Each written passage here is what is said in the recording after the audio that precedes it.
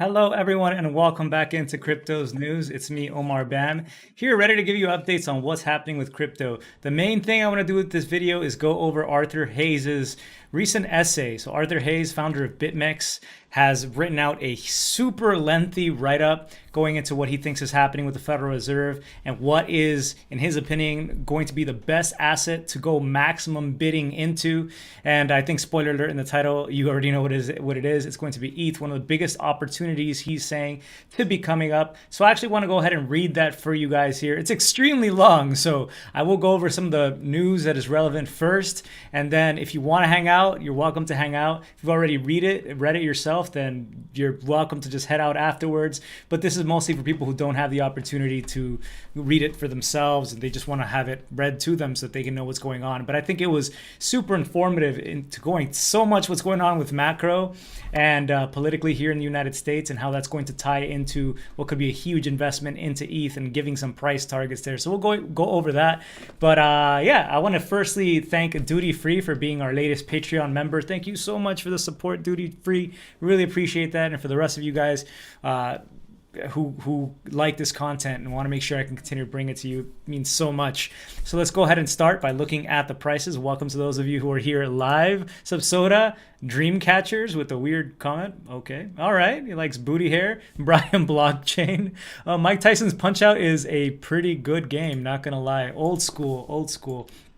So let's take a look at the prices. With Bitcoin, it's up 2.6%. It was actually down a bit today, but it's recovered the price.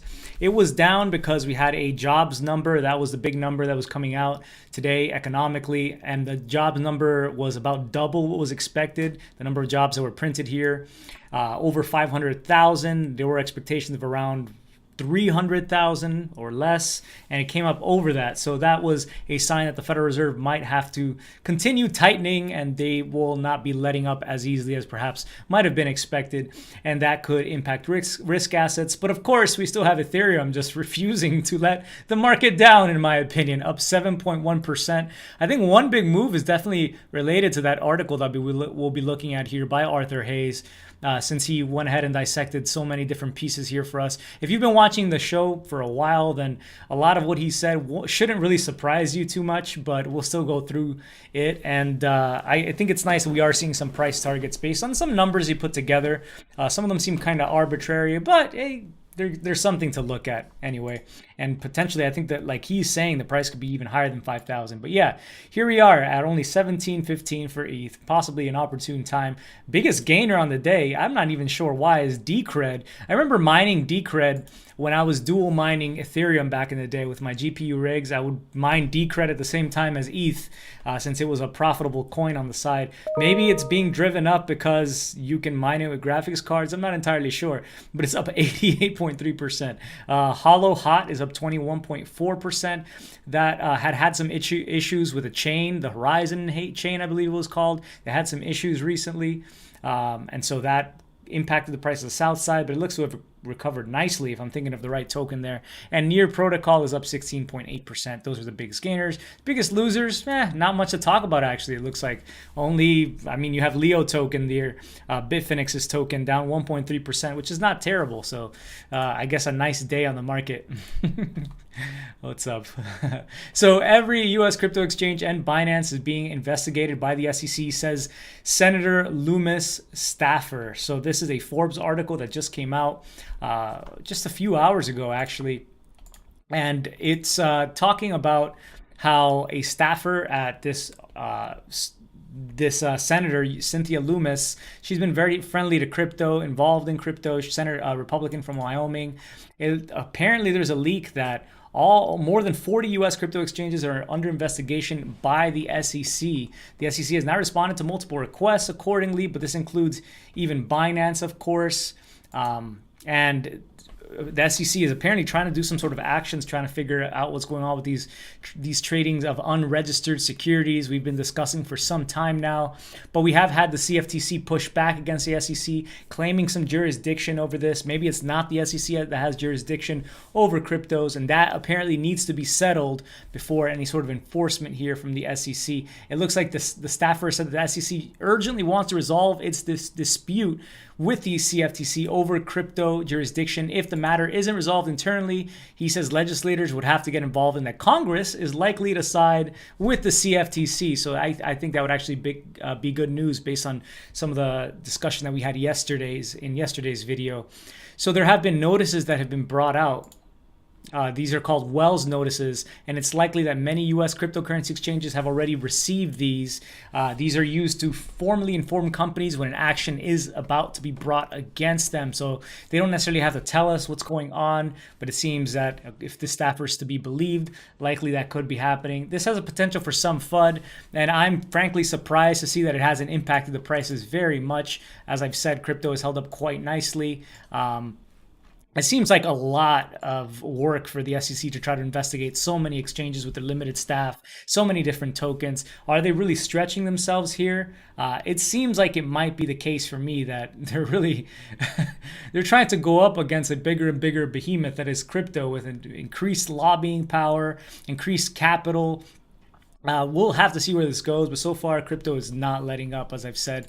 Voyager, if you were one who had funds, USD funds that were held on Voyager, and those were held at Metropolitan Commercial Bank, on behalf of you, it looks like New York Bankruptcy Court has allowed for crypto lender Voyager Digital to give back the $270 million in customer cash that was held at Metropolitan Commercial Bank. So I would say that's really good news if you've been a little bit nervous about getting that cash back. That could be coming to you very soon, since permission has now been given. And so I think that's a nice applause. It's always nice to see something getting back, especially after all this liquidation crutch that retail has felt. Yeah, institutions felt it to some degree, but the average person has been wrecked and has been forced to learn, oh my God, over the last weeks, months, has been forced to learn about self-custodial and why it's important to hold possession of your keys. Just recently with the Solana hack, it came out that if you had a hardware wallet, then you were golden. You would not have lost any funds. If you had funds on one of these hotter wallets, like a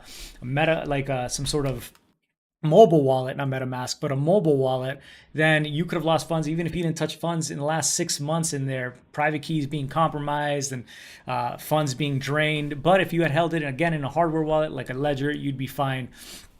So being forced to learn that the hard way, and same going for these centralized finance custodians like Voyager, like Celsius, folks learning that it pays to hold possession of your keys most times.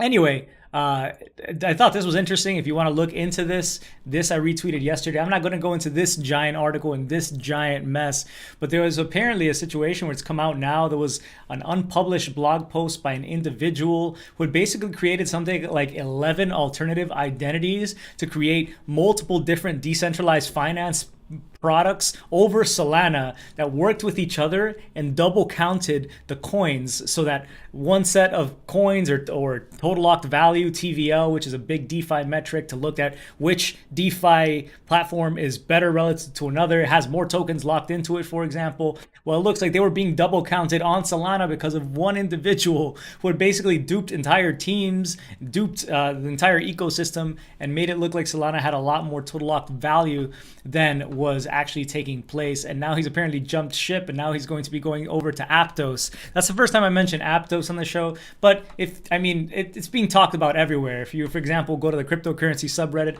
today, they're shitting all over Aptos because Aptos is the latest VC, venture capitalist backed project that you can't just pick up. You can't just mine it right now, but likely these venture capitalists have a huge stake and will be able to dump on retail very soon. So they've begun the marketing. But again, it's not a new story. I think people will invest in this Aptos. They'll invest in other things if they feel like it's going to give some return to them. They've done it countless times before with other venture capitalist backed coins that probably don't have your best interest or retail's best interest at heart. But whatever. I did at least have to mention Aptos right now, since it'll probably be some sort of topic on the show very soon. Personally, I'm going to stick with ETH, just like James Biadishi said, where he had this the tweet that I had retweeted yesterday about the faked volume. Just hold ETH. So we're going to go ahead and get into Arthur Hayes' article. I'm going to skip the first section. The article is called Max Bidding. I'm going to skip the first section because it's already very lengthy, and I think it is very informative, and you should be tapped into much of what he says here. But the beginning, he just gets into squash, and he gets into tennis and his experience with it, and how to win in these sports, and how you basically use misdirection over power in order to excel. And I'll just kick off from right here. So as I've said before, I'm mainly just going to be reading this. I don't have time too much to go through too many comments or to derail very much, even myself with my opinions, because it is a lengthy one. But I think it is important that it is shared and that folks hear it. So we're going to go ahead and get into that in just a moment. But I do thank you guys. Thanks for smashing up the likes, 10 pence. And let's get right into it. Oh, Ninja Turtles was a good game. Yeah, I like that new Ninja Turtles game. What is it? Shredder's Revenge. It's pretty awesome. I played some of it with my brother, and I highly recommend it. It's a new old game. But yeah, let's get into it. The realm of finance is no different than a heated squash match. We must capitalize on favorable opportunities by choosing the right assets that maximize returns when we are in the proper position. As investors looking to mitigate the deleterious effects of too much global fiat money, we must choose the right asset mix. If we fail in this endeavor, even if we are technically investing, all we are really doing is paying fees to intermediaries, and our wealth will not remain constant in energy terms. Since late last year, the market has been waiting for the signal that the Fed is more concerned about economic growth than inflation. This essay shall argue that on July 27th, the Fed telegraphed that should growth disappoint, it will shift its policies towards supportive growth rather than fighting inflation. Armed with sexy chart porn, which, by the way, I'm not going to be showing the charts and blowing them up because that will take even longer to display, but I will go ahead and link here in the chat the article so you can check it out for yourself if that, again, is of interest. So armed with sexy chart porn, I intend to have you doom scrolling through economic indicators for the rapidly deteriorating American economy. To support growth and a return to form in a fiat debt-backed financialized economy, the Fed must reduce the price of money and expand its quantity. Money printer go motherfucking burr. If you think my arguments are sound, and by the way, there is going to be cursing, I should have said that before, then the next and most important decision is determining which assets are likely to do the best as the money supply expands once more. The opportunity to dramatically grow the energy adjusted value of your financial assets is greatest at the transition point between money being tight and plentiful. It would be irresponsible to waste such a moment, and we must therefore be prudent and choose the right assets. Should I buy stonks, bonds, real estates, commodities, gold, or crypto. Obviously, you already know I'm advocating crypto as a star performer in this play. However, if we think about the most liquid large cap coins, which one should we favor over the others? The underlying assumption is that we should favor concentration more than diversification at this monetary transition point. And as a concentrated bet, I shall argue that between now and year end, either will yield the best return. Like minds, Arthur. Expected value. There are two potential events which may or may not occur over the next 8 months or so, which are critical to my thesis. Will the Fed pivot and signal a future rate cut and or resumption of balance sheet expansion, aka money printing? And will the Ethereum merge be successful? Investing is a time-bounded exercise, so I must set a time limit for the completion or not of either of these events. The time limit is March 31st, 2023.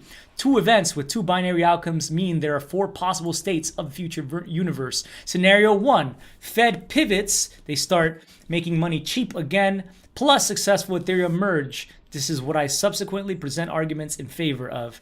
Scenario 2, no Fed pivot and successful Ethereum merge. Scenario 3, no Fed pivot and unsuccessful Ethereum merge. And scenario 4, Fed pivot plus unsuccessful Ethereum merge.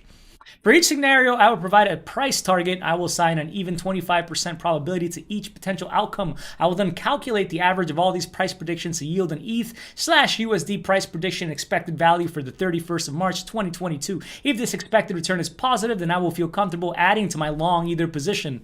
If it is negative, then at a minimum, I will not sell more filthy fiat for either.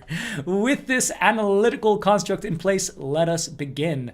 Monthly payments. Every human is born into the universe short of shelter. The lucky ones receive a dwelling from their parents, but most of us find a way to buy or rent shelter once we enter adulthood. Financing the purchase of a house or apartment is one of the largest activities of any financial institution. America is no different. As the sophistication of financial services grew over the past several decades, banks began financing a larger portion of residential real estate. Banks wanted to lend out their large and increasing balance of excess reserves, courtesy of the Fed, to an asset class that is low risk. The safest loans banks can make against are hard assets, and houses are at the top of that list. Should you default on your mortgage, the bank can repossess your house and hopefully sell it for more than the remaining loan value. The housing market is also liquid to some extent. Everyone needs to live somewhere, and it is also explicit U.S. government policy to encourage home ownership through a variety of programs. So, as time went on, banks are starting to pour more and more of their free capital into housing loans. The widespread availability of financing for homes and the willingness of banks to accept additional risk allowed more and more people to take out a mortgage to purchase a home. At some point, the price of the dwelling became irrelevant. The only thing that mattered was whether the borrower could afford the monthly mortgage payment out of their disposable income. The result was that the housing market became completely dependent on the cost of financing, which is determined largely by the central bank via its setting of the short-term risk-free rate. More on how that works in a bit. So the chart above, which is the Case-Shiller U.S. National Home Price Index versus the U.S. CPI Index, starts in 1985, and each data series is indexed at 100. As you can see, the housing prices have risen 75% faster than government-measured inflation over the past 4 decades. If everyone had to pay cash for a dwelling out of their savings, the prices would be much lower. But if you can afford the monthly mortgage payment, you can afford to purchase a more expensive house. This behavior drives the price higher and is fueled by the willingness of the bank to extend credit to home buyers. How else can the average Joe afford the American dream? What is it, George Carlin? It's the American dream because you have to be awake. You have to be asleep to believe it. 70% of U.S. GDP is consumption. America transitioned from a manufacturing powerhouse to a financialized service economy starting in the 1970s. Essentially, every item that can be used as collateral for loan is eligible for financing. The majority of Americans live paycheck to paycheck, which means their entire lifestyle is dependent on the monthly payment. Payments research found that 61% of U.S. consumers live paycheck to paycheck in April 22, which is a 9 percentage point increase from 52% in April of 2021. That's pretty big over a year. The calculation of the rate at which a bank will lend against your house, your car, or other consumer goods starts with the return rate the bank receives when parking money with the Fed. Given we are talking about America, I will stick with describing the US money markets. This is called the interest on excess reserves, the IOER. The IOER rate is between the Fed funds lower rate and the upper bound, which the Fed sets at its meetings. This is one of the tools the Fed uses to translate its policy rate into the actual rate observed in the market. If a bank takes your deposit and pays you 0%, you can turn around and immediately earn 2.4% risk-free by loaning it out to the Fed. Great business. Given the market is competitive, if Bank A offers a 0% deposit rate to consumers to make a 2.4% spread, Bank B could offer a 1% deposit rate. You get 1% for your deposits in order to steal business from Bank A and still make a 1.4% spread. Banks will thus compete by offering higher and higher deposit rates until they closely match the IOER offered by the Fed. If the bank must pay a deposit rate close to the IOER, then it must charge a higher rate than the IOER when it lends against other collateral. The popular fixed-rate American mortgage is a bit more complicated to price due to the prepayment-free option given to home buyers. However, a similar principle applies. The more expensive the risk-free rate is with the Fed, the more expensive your mortgage rate will be. So it's not too surprising. We already know this. We know that as interest rates go up, housing can become more unaffordable, but he's just dissecting this more and more to eventually expand on his point of where things are going and why ETH could be really the best investment moving forward here from everything he's looking at. So the chart above here, which is US 30-year fixed mortgage rate and the Fed funds upper bound, shows that the higher the Fed sets interest rates, the more Americans pay to finance their homes. This is extremely important to the health of the US consumer, as the mortgage monthly payments represents a large percentage of the median household's disposable income, which he shows in this chart right here. You can see a median household price, house price $416,000, median disposable income of $51,427. He takes a look to compare two different mortgage rates of the 30-year, 3% and 5%, shows how the payments would be different for these monthly of $1,753 versus $2,233, so a lot more, which as a percentage of disposable income that these Americans could have in this scenario. Mortgage rates started the year at around 3% and are now slightly above 5%. As a result of this change, and as illustrated by that chart, the median U.S. household balance sheet has deteriorated by more than 10% just because of these recent rate hikes. This is obviously only true for those currently seeking to secure financing to purchase new homes, but the mortgage rate is just one aspect of the equation. The bigger issue is that the loan amount continues to grow faster than inflation. Recall the above chart of housing prices versus inflation. Imagine what it would look like if the price of the median home was reduced to match the 75% rise in inflation since 1985. The household balance sheet would look much better. It would be much lower as far as disposable incomes that would have to go toward housing, as you can see in this chart. Under this scenario, households would have a much larger percentage of income left over for other necessities. The more the median household's finances are stretched by the cost of financing their mortgage, the more likely they are to resort to other consumer finance instruments like credit cards to afford life's other essentials. So some more charts there show that households have resorted more and more to using credit to finance their existence. Then he goes into talking here about buy now, pay laters. The new woke form of credit cards for the youngins who eschew traditional forms of credit but borrow money nonetheless is buy now, pay later, BNPL. The gross merchandise value, GMV figure represents in the chart above, is basically the loan balance carried by the customers of the top BNPL fintechs. As you can see, almost $70 billion of GMV was financed in this fashion in 2020. The old folks use credit cards and the youths use BNPL. Same, but different. America is a car country. Whether deliberate or not, the lack of public transportation connectivity between suburban and urban areas and in major population centers is shocking. America is the wealthiest country in the world, and yet it's easier to get from Beijing to Shanghai in China than Washington, D.C. to New York City here in America. For the average American making the average wage, owning a car is required to get from home to work. The family car is yet another asset that must be financed due to its high price. According to the Kelly Blue Book, the average car currently costs $48,043, a new all-time high. If you make $50,000 a year and the average car costs $48,000, you financing that bitch. U.S. commercial bank auto loans. The above data set from the Fed goes back to 2015.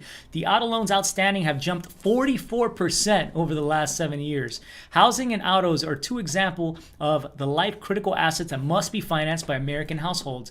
The rate that determines the monthly payments Americans must make for these essentials is directly influenced by the Fed funds rate. Therefore, as the Fed makes money more expensive by raising rates, it directly makes the vast majority of American households poorer. The effect the Fed has on household balance sheets is directly related to the size of the loans held by those households.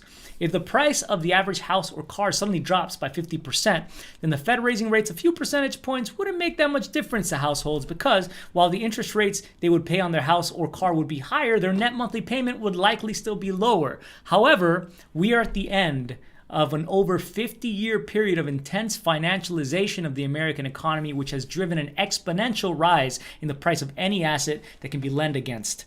If you can't afford the monthly payment, you can't purchase the house, car, or other durable good. If the buyer needs to pay less, then the seller has to sell for less. And then at the margin, the entire stock of houses, cars, and other financed assets become worth less. Given those assets are financed by debt, that becomes a problem for the bank that lends against that type of collateral, because they will be seizing assets of much lower value when the folks they are lending to can't make their loan payments. As asset prices fall, banks become more conservative with who they lend money to and what they lend against. The flow of credit to these assets slows and gets more expensive. This feeds back into the markets and drives prices even lower. The buyer can't afford the monthly payment at terms the bank is comfortable with. At this point, the price of the asset must fall to a level where the buyer can afford the monthly payment at the higher financing cost. While prudent, this actually degrades the entire stock of the bank's loan book to U.S. households. This is a circular reflexive process which leads to the dreaded debt-backed asset deflation. As I have said many times, the goal of a central bank is to print money to support asset prices such that deflation of assets does not occur. A fractional reserve banking system cannot survive asset deflation. So the Fed or any other central bank must act immediately if they believe deflation is on the horizon. This is the lesson taught to any and all folks in proper economic programs. Most of the academic staffers at the Fed or any other central bank have written papers on and studied the Great Depression. They believe that the Fed erred by not printing money and supporting asset prices and staving off the deflationary impulses of the various developed economics in the 1930s. The takeaway from this whole section is that the health of the American consumer, and by extension the American economy, is directly correlated to the Fed funds rate. If interest rates rise, the economy suffers. If interest rates fall, the economy prospers. While you might think that a governing board of unelected bureaucrats determining the fate of the most successful democracy is a bit odd, that's just how the cookie crumbles. Pick one of two. This phrase was made famous in China when Alibaba, the e-commerce giant, was accused of forcing merchants to choose between selling their wares on one of two platforms, Alibaba or one of its competitors, rather than being able to work with both. The Fed is facing a similar pick one of two dilemma. They can either choose to fight inflation or support the financialized American economy, but they can't do both. Fighting inflation requires increasing the price of money, USD, and decreasing the quantity of money. The prescription for a healthy American economy requires the exact opposite. In March 2022, with inflation starting to enter surge pricing, the Fed decided that the American economy could handle higher rates, raising the Fed fund rate for the first time since 2018 by 1/4 of a point. Surely, with unemployment at all-time lows, the engine of America could deal with a few percentage points higher on the Fed funds rate. Wrong.com. Feast your beady little eyes on the charts below, which point to an American economy in decline. If you ascribe to the textbook definition of a recession, as taught by proper economic programs, not the administration here, which seeks to redefine what is a recession, i.e. 2 sequential quarters of negative real GDP growth, then the American economy as of Q2 2022 is officially in a recession.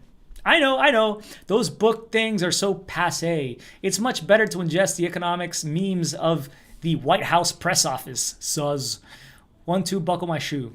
Remember, the Fed's The Fed's first rate hike occurred in March of this year. It's quite a coinkydink that the first quarter of negative GDP growth also transpired in the first quarter of this year. Nothing lasts forever, but the current crop of economic isms all believe that national economies must and can grow ad infinitum. This is why a recession or negative growth is such a big deal to those who are supposed to be leading us to the promised land. As of the end of 2021, housing-related activities represented 9.2% of U.S. GDP. Take a gander at this beauty. Existing U.S. home sales were 14.22% lower in June of 22 versus a year before that in 2021. Did the U.S. housing sector loan money to Three Arrows Capital? Here's another smattering of ugly housing data courtesy of Quill. You can see single-family home sales, for example, dropping here on the left. Americans are more pessimistic today about the economy than during the height of COVID. Let me say it again for the folks in the back. Millions of people died due to COVID in America, but people are more despondent today. Rhetorical question, would you rather have the Fed funds at 0% or a cure for COVID? Don't answer that. I know it's a loaded question. We obviously have neither. This is University of Michigan Consumer Sentiment. Surely if the U.S. economy is slowing so quickly in the face of non-zero short-term interest rates, then inflation must be declining rapidly, right? Oh, no, no, no. As you can see in this chart of U.S. CPI percent change year over year versus Fed funds upper bound. The Fed is increasing their policy rate at the fastest clip in decades, and inflation shows no signs of abating. Some of you econometric wonks could parse the different components that make up US CPI and point to declines in prices on a forward-looking basis, and you would be right. But you would also be forgetting that this is political economics. Reality is irrelevant, and the number that people care about most is the backwards-looking CPI number. And by this metric, the Fed is failing. Domestically, the Fed is crashing the economy. It's in a recession, but inflation is still clipping more and more purchasing power from the plebs who are heading to the ballot box in a few months. Midterm elections, what to do? What variable should the Fed optimize? If the Fed optimizes for lower inflation, then it must continue raising its policy rate. You could argue the Fed needs to get even more aggressive, as its policy rate of 2.5% at the upper bound is still 6.6% below the latest 9.1% inflation reading. If the Fed optimizes for growth, then it must cut its policy rate and start buying bonds again with printed money. This will reduce the monthly payments for housing, autos, and other durable goods for the 90% of American households who own less than 10% of the financial wealth of the country. And I'm not entirely sure what this says in Mandarin, so I will skip that. Preach, brother. Some things just cannot be uttered by the high clergy at the Fed. For example, they can't say, we shall print money to pump asset prices and save the financialized American economy. It's too gosh. The Fed has too many trigger words in its arsenal that it has trained the investing community to interpret how it wants them to. Words that might sound innocuous to the masses are sweet nothings to the Wall Street Journal editorial board. With that preamble, let's dig into what Brother Powell be preaching. The fireworks always happen in the press conference following the meeting decision. The Fed is pretty well aware of what reporters are likely to ask. As a result, their responses are typically well thought out, and we can be sure that Powell was not caught off guard at his most recent presser. Then he goes into this recent transcript here. Jerome Powell. Good afternoon. My colleagues and I are strongly committed to bringing inflation back down, and we're moving expeditiously to do so. Powell is on message. Inflation is the number one priority. Nothing new here. Recent indicators of spending and production have softened. Growth in consumer spending has slowed significantly, in part reflecting lower real disposable income and tighter financial conditions. Activity in the housing sector has weakened, in part reflecting higher mortgage rates. And after a strong increase in the first quarter, business fixed investment also looks to have declined in the first quarter. Powell is acknowledging the weak U.S. economy. This confirms a conclusion drawn from the charts posted earlier. Improvements in labor market conditions have been widespread, including for workers at the lower end of the wage distribution, as well as from African Americans and Hispanics. Even the brown folks have jobs. It must be a tight U.S. labor market. Today's increase in the target range is a second 75 basis point increase in as many meetings, while another unusually large increase could be appropriate at our next meeting. That is a decision that will depend on the data we get between now and then. The Fed is laser focused on inflation. The interest rate must go up. Nothing new here. As the stance of monetary policy tightens further, it will likely become appropriate to slow the pace of increases while we assess how our cumulative policy adjustments are affecting the economy and inflation. Maybe inflation isn't the number one priority. Powell is concerned about how rising rates are impacting the American economy.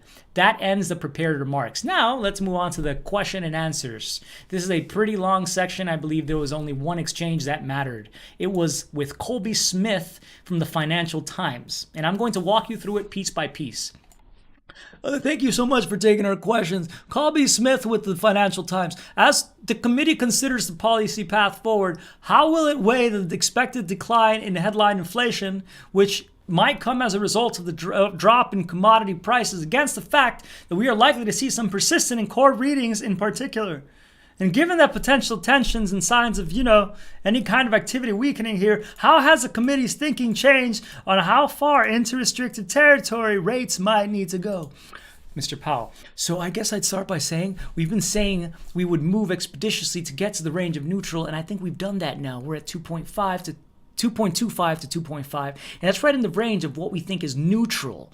So the question is, how are we thinking about the path forward? So one thing that hasn't changed is that we won't change is that our focus is going to continue to be on using our tools to bring demand back into better balance with supply in order to bring inflation back down. That'll continue to be our overarching focus. We said that we expect ongoing rate hikes will be appropriate and that we'll make decisions meeting by meeting. Let's pause there. This is a huge statement. According to Powell's commentary, the Fed believes that with June's CPI at 9.1% and core PCE at 4.5%, a Fed funds rate of 2.5% where we're at is neutral.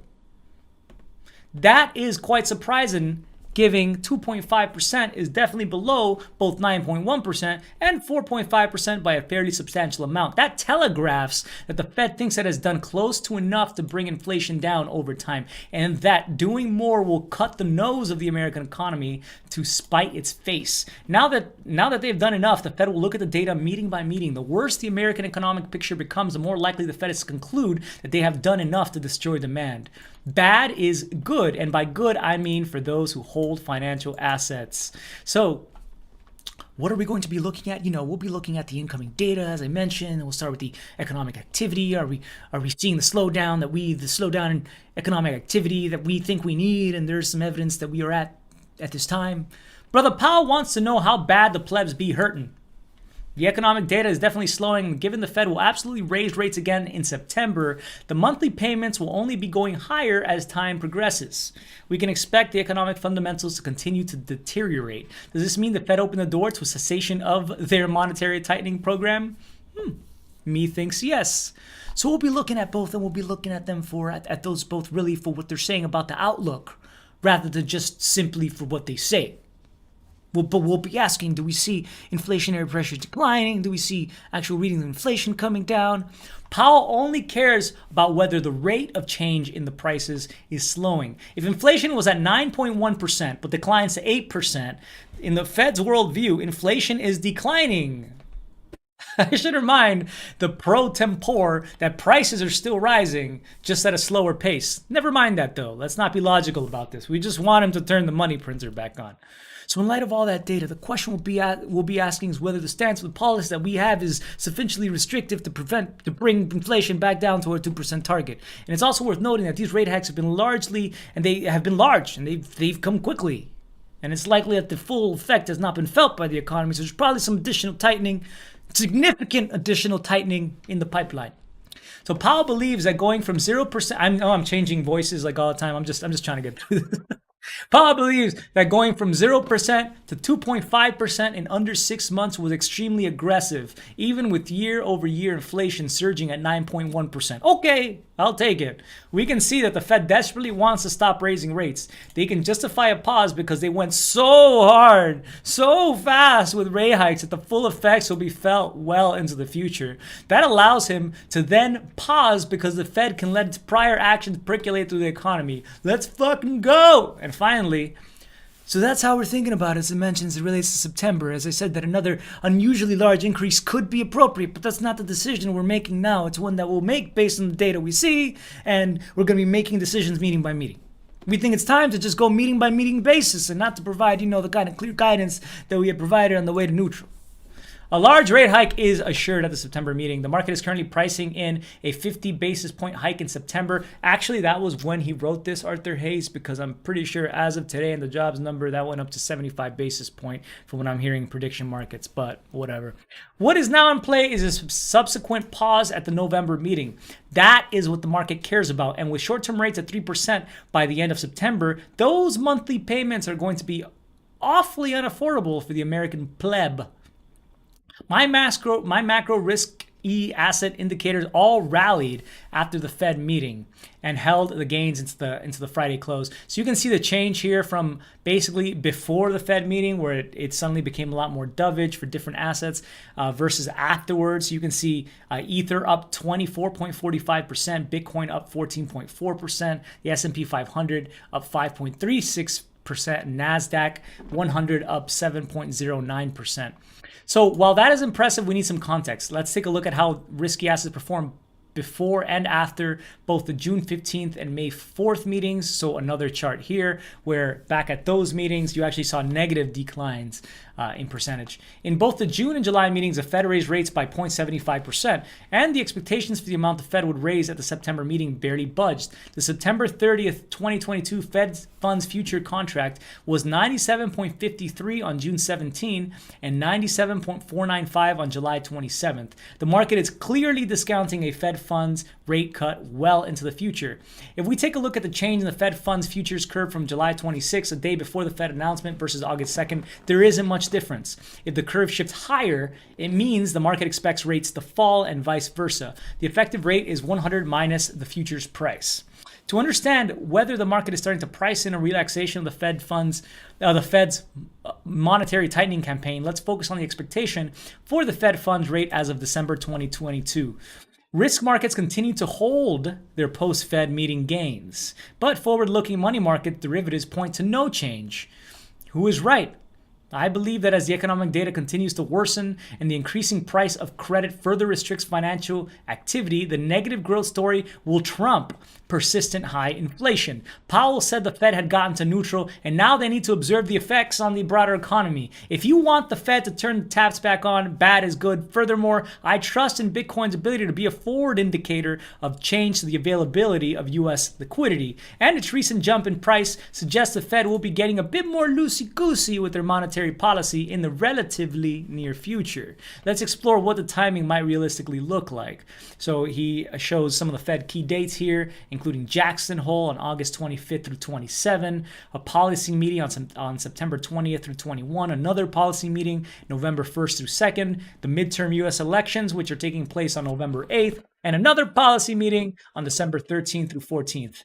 Historically, past Fed chairs have announced large policy shifts at the Jackson Hole Symposium, which again is coming August 25th through 27th. If U.S. economic data continues deteriorating rapidly, Powell pivot could be announced at this jamboree. The market's expectations of the policy rate change at the September meeting is baked in. However, between now and then, the Fed will have two additional CPI data points: July CPI, released August 10th, and the August CPI, Consumer Price Index, released September 13th. I'm no data sleuth, but it is entirely likely that the rate of price rises slowly by the second reading. By the second reading. That would give Powell the justification he needs to backslide into easing monetary conditions.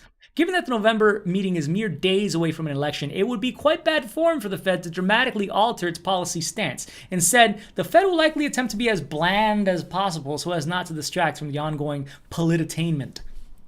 Given the data, we are almost assuredly assured a 0.5% to 0.75% rate hike at the September meeting. Of course, the economic data could disappoint so badly that the Fed pauses in September, but I'm not of that view. This leaves the December meeting as the defining meeting for the remainder of 2022. We are trading that meeting. I fully expect the steadily climbing Fed fund rate to wreak absolute carnage upon the American from now and until the December meeting. The economic train wreck will be so obvious that even the spin doctors employed by the ruling party will have to admit that the damage is real.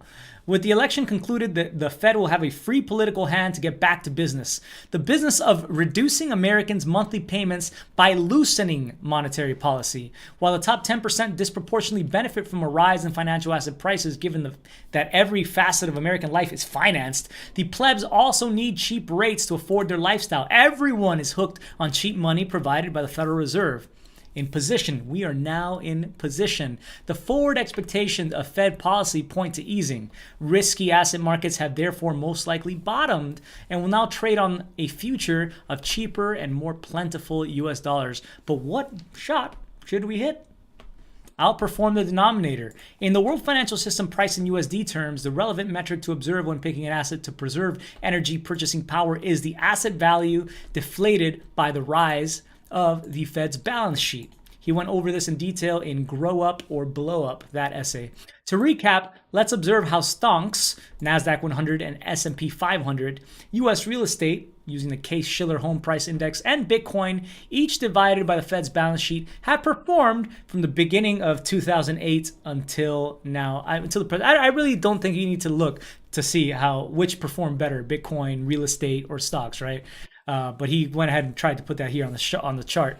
I computed the deflated asset values, then normalized at 100 starting with 2008. A number below 100 means the asset underperformed the growth in the Fed's balance sheet. A number 100 means the asset outperformed. As you can see, in order to actually have a legible chart, I have to put Bitcoin in a separate panel due to its significant outperformance. Stonks and US real estate each represent trillions of dollars worth of value, and neither outperformed. I'm confident that my tightest shot will be Bitcoin or some other cryptocurrency. That is not to say that other non-crypto risky assets won't also go up markedly in value. But if you subscribe to my theory about the mathematical certainty of yield curve control in Japan, Europe, and the US, then you must believe that the aggregate fiat balance sheet of the major central banks will rapidly increase by tens of trillions of dollars. As indicated above, stonks and real estate have not been able to outperform the addition of over $8 trillion in USD assets to the Fed's balance sheet since 2008. If they couldn't do it over the last decade, why would you think they'd do it over this one? 5 ducking digits. My shot will be one forged by Archangel Vitalik. I shall hit my shot with a racket tempered with Ether. With the Ethereum network update to proof of stake, POS, will the Ethereum network update to proof of stake on schedule or not? That is the only question you must ask yourself before I give a TLDR on too long, didn't read, on the reasons why the Ethereum merge is extremely bullish for Ether's price and has not yet been priced into the market. Let me explain why I am more confident today than ever before that the merge will actually occur. Readers who have been following my career as an essayist will remember I shat all over the Ethereum presale. I said it was worthless. I was wrong. Please forgive me, oh Lord.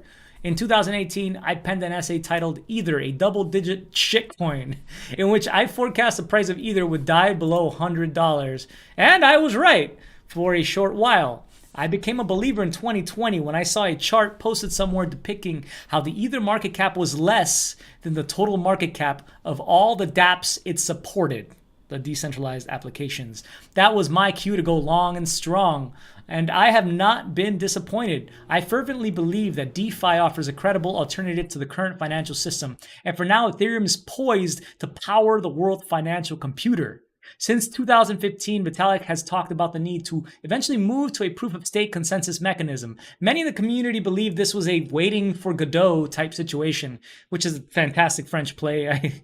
I was in it when I was in college. It's coming soon. Just you wait, really, I'm serious. I do not possess the technical skills to evaluate whether or not the Ethereum core developers can pull it off or not, and I certainly can't offer an opinion on whether their launch estimations are credible. But while I and most of you reading this cannot make these determinations, there is one group of Ethereum network stakeholders who absolutely can handicap the likelihood of success, and that is the current crop of Ethereum miners. Miners who spend billions of dollars on GPU, graphics cards, and associated capex can only earn revenue under a proof-of-work system. Kraken wrote an excellent blog post explaining the difference between proof of work and proof of stake systems. If the merge occurs, the Ethereum transitions from proof of work to proof of stake, Ethereum miners' revenue will drop to nothing, and their equipment and facilities will become practically worthless unless they can find another chain with value to mine that provides the same marginal revenue as mining on Ethereum pre-merge. I highly doubt this is possible, given Ether is the second largest cryptocurrency by market cap, and there isn't another proof of work blockchain with a multi-$100 billion market cap that can be mined using GPUs. So when the miners start becoming vocal about the negative impacts of the merge, it's fair to surmise that the merge is an actual possibility. Here we're looking at Chandler Guo. We discussed him a few videos ago, and his trying to take the reins here on the Ethereum fork. There's a tweet. I fork Ethereum once, I will fork it again, since he was one of the leaders behind the Ethereum Classic fork. Chandler is aligned with the Chinese Ethereum mining community. He is quite an impressive individual, and I have known him for many years. I do not doubt his resolve to do this.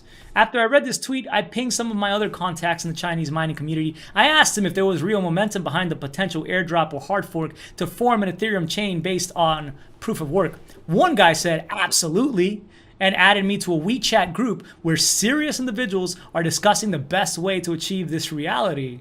Another friend said that this is absolutely going down, and Chandler had already reached out to him for his support.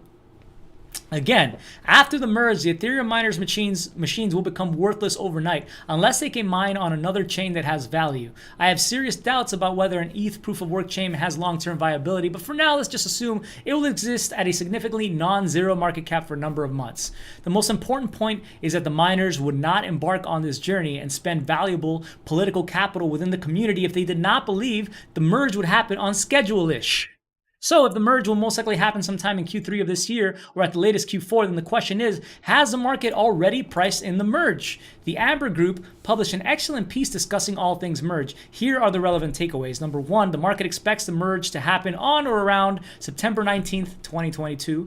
Two, the ETH issuance per block will be reduced by 90% post-merge, which renders ETH a deflationary currency. And three, ETH staked on the Beacon chain will remain locked for another 6 to 12 months. Amber argues the merge will be akin to a triple halvening. On the supply side, Ethereum is currently incentivizing both miners under proof of work and validators under proof of stake. Seigniorage is paid to miners to produce new blocks at 2 ETH per block, and rewards are also being distributed to validators on the Beacon chain while we're still in this hybrid model in between proof of work and proof of stake. After the merge, rewards to miners, to proof of stake miners, will cease, reducing ETH issuance rate by 90%. This is why the merge is also colloquially termed the triple halvening, a nod to Bitcoin's halvening cycles. Demand for Ether is also expected to increase after the merge due to a number of factors. First, staking rewards for validators will immediately increase. This is something I haven't discussed on the show, but is absolutely true. Validators will receive transaction tips that are being currently earned by proof of work miners, potentially boosting APRs by 2 to 4%. So what you're currently earning if you're running a node for Ethereum 2.0 is about to go up, very likely. Furthermore, they will also begin to earn MEV, maximal extractable value, due to their ability to then reorder transactions.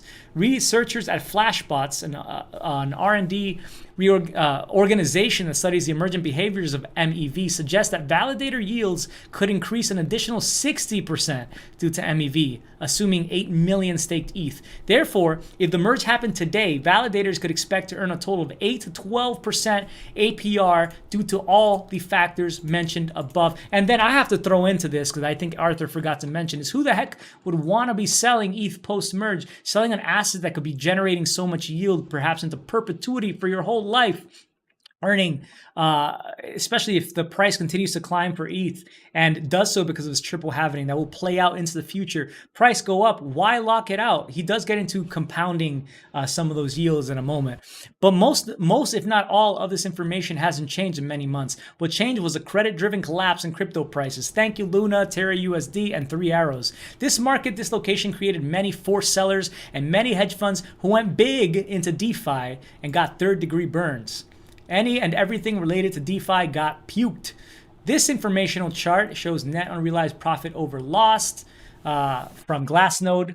By timestamping the creation of new UTXOs, we can determine which addresses are in an unrealized profit or loss. Here's Glassnode's explanation of the concept. He shows here, just replace Bitcoin with Ethereum. If all Bitcoins were sold today, how much would investors stand to gain or lose? Or to put it differently, how much of Bitcoin circulating supply is at any given point in time in profit or in loss, and to what extent? The takeaway here is that a large portion of traders got rickety wrecked during the recent downturn. Margin calls force otherwise huge DeFi bulls to cower in the corner, hoping to salvage some remaining value from their over-leveraged portfolios. Most of those who held are sitting on unrealized losses, as a large portion of the folks responsible for the influx of new capital this cycle, a lot of it institutional, paid the highs and are now underwater. But it's a long-term investment, right?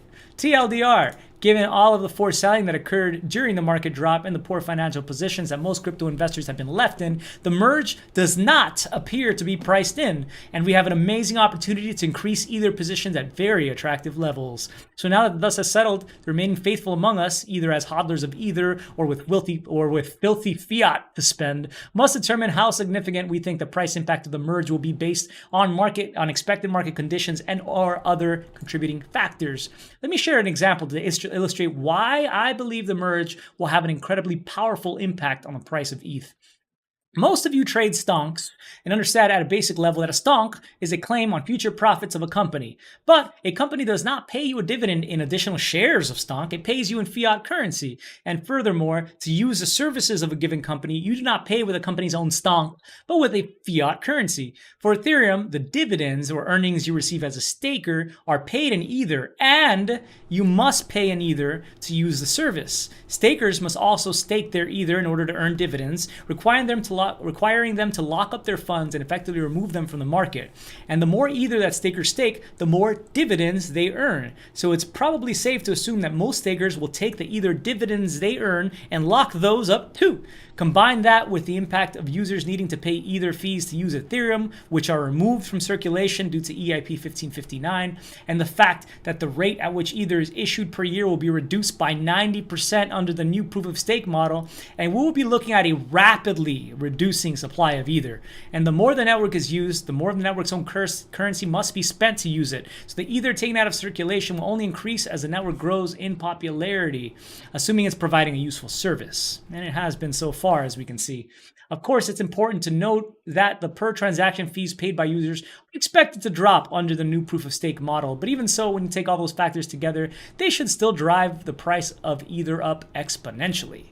A good proxy for usage is the total value locked, TVL, and DeFi applications, i.e. the amount of funds that users have parked or staked on DeFi platforms for which they are receiving yields in return.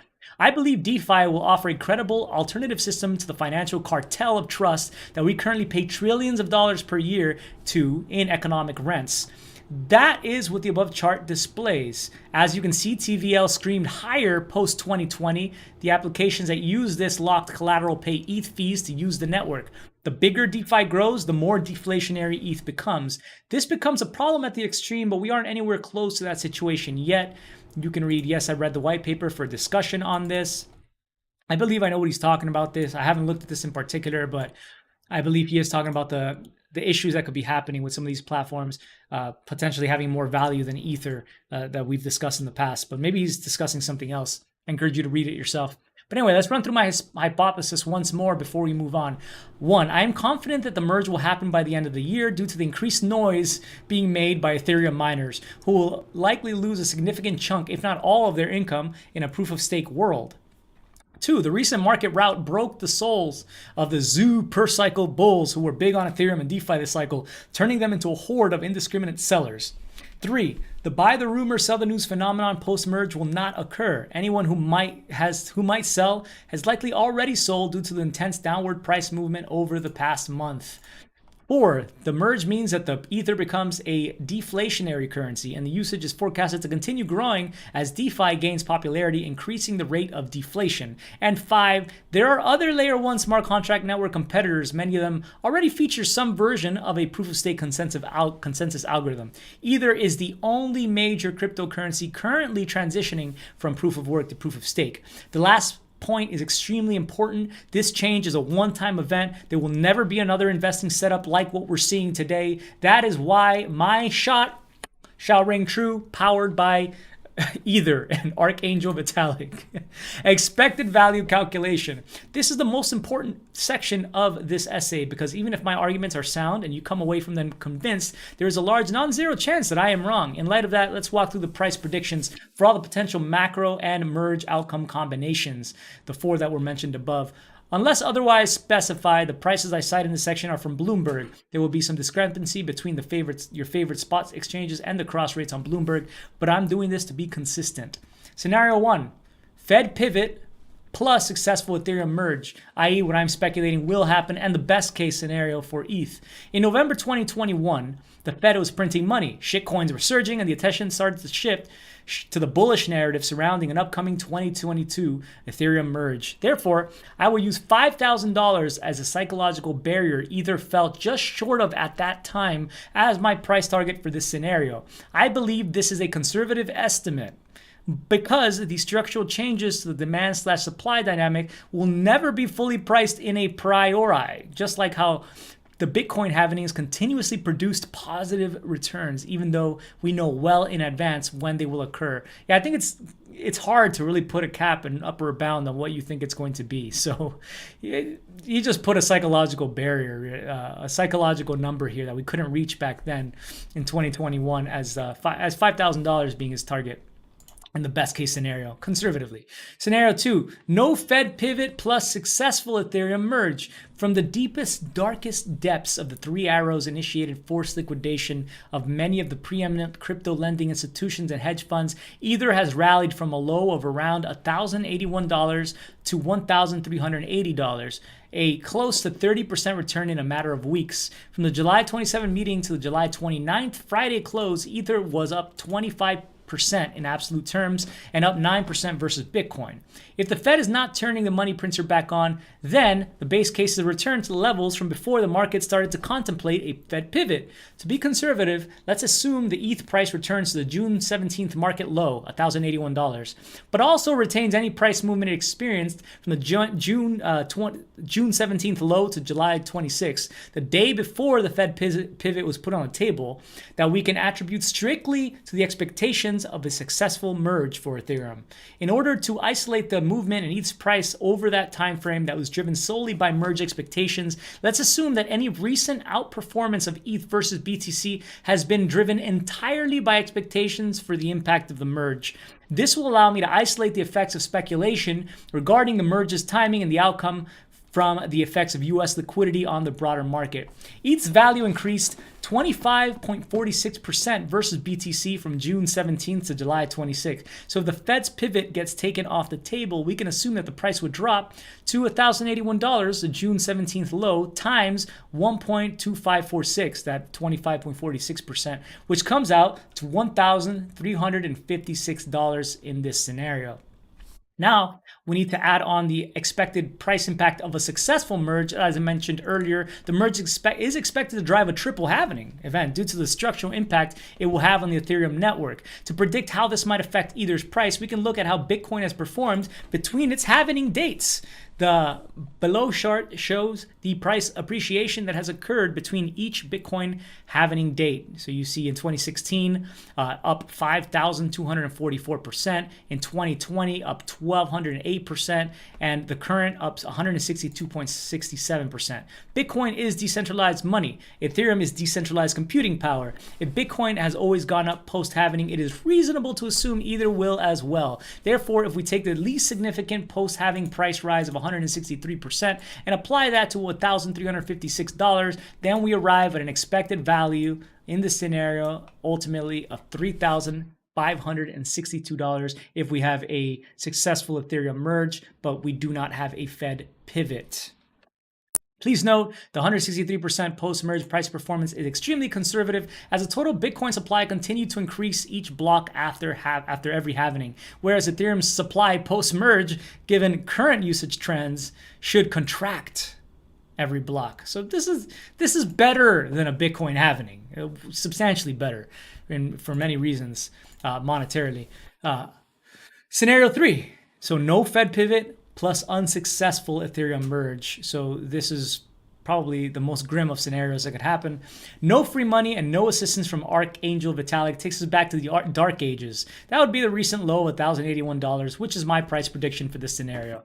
And scenario 4, Fed pivot plus unsuccessful Ethereum merge. If the merge fails or is postponed, the Ethereum network will still work just as it does today. Many might be severely disappointed, but the value of either won't drop to zero. Solana, the 9th largest shitcoin with a market cap of $13.5 billion, has ceased working for many hours multiple times over the past 12 months, and it is still worth a lot more than zero. Ethereum will be just fine if the merge doesn't happen on schedule. To calculate the impact the scenario will have on the price of ETH, let's use the BTC/USD price performance from June 17th to July 26th as liquidity beta determine whether the price of ETH would have to determine what the price of ETH would have before a potential Fed pivot was on the table, and without merge-related excitement driving the price up, while still including any price movement we believe was driven strictly by recent USD liquidity conditions.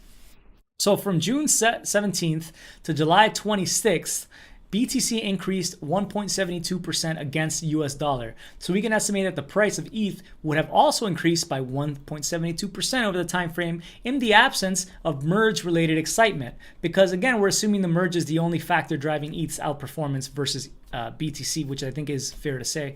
A failed or postponed merge would likely take us back to $1,081, the July 17 ETH low.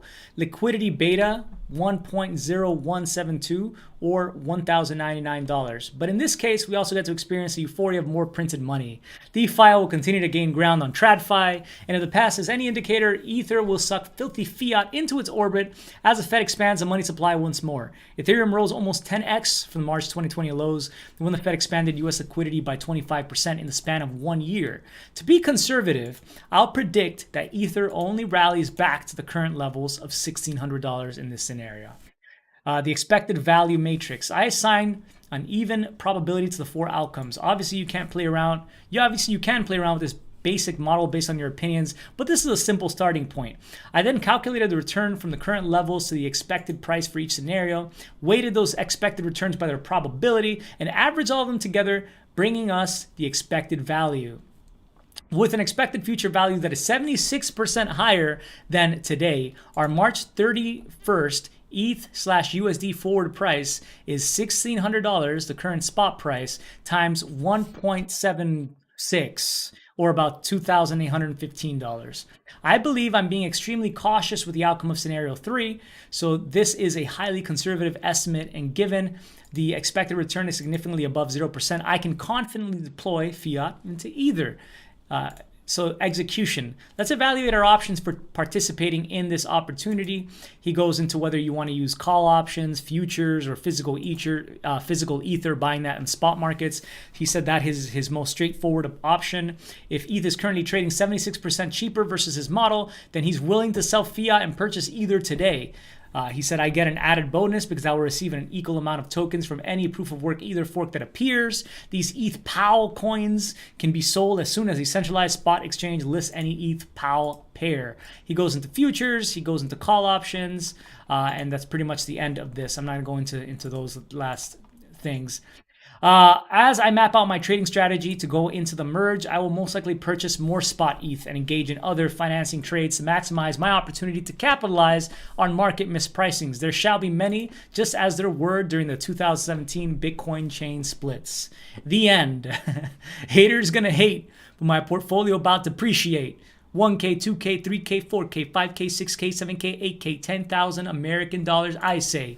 Max bidding either. Max selling fiat. Inshallah, you apostate. And there we have it, my friends. One of the best, I would say, price predictions I've ever heard, when somebody actually took time to write out and dissect why they had this prediction. It wasn't just like a ridiculous price prediction. I'm talking about John McAfee saying he was going to eat his penis on live television if the price didn't reach X price. I mean, there was really no evaluation going on there. We found that out afterwards. He just said it because he knew that the public eats up basically any sort of price prediction. But this is a damn good one, looking at the many that I've taken a look at throughout the years following cryptocurrency. And you know what? I still think $5,000 is damn cheap compared to where it could be going over the longer term.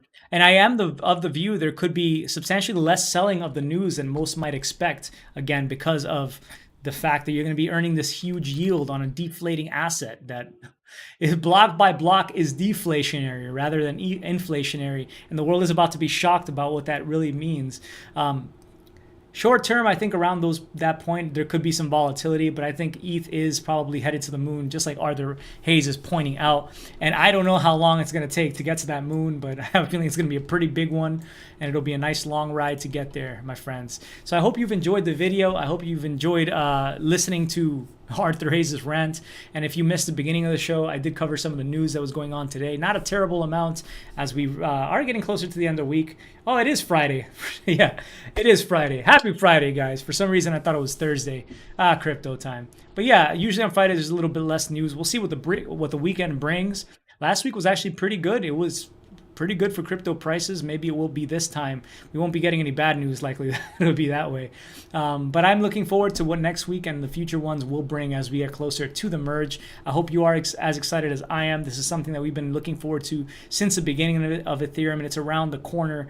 And from both a technology aspect, looking at how such a huge network is going to operate as it transitions to proof of stake, or you're just thinking about the money and number go up for your accounts. I think there's something in Ethereum for everyone, which is why you have Bitcoin maxis jumping ship. You have the Bitcoin maxis getting louder and louder fighting Ethereum as well, those who stick around. And you have the miners now getting upset. It's like we're coming to a nice head. Gives us something to rally around, this nice merge, when otherwise it would be a boring crypto winter. So at the very least, we're giving people something to talk about in articles, journalists articles to write about.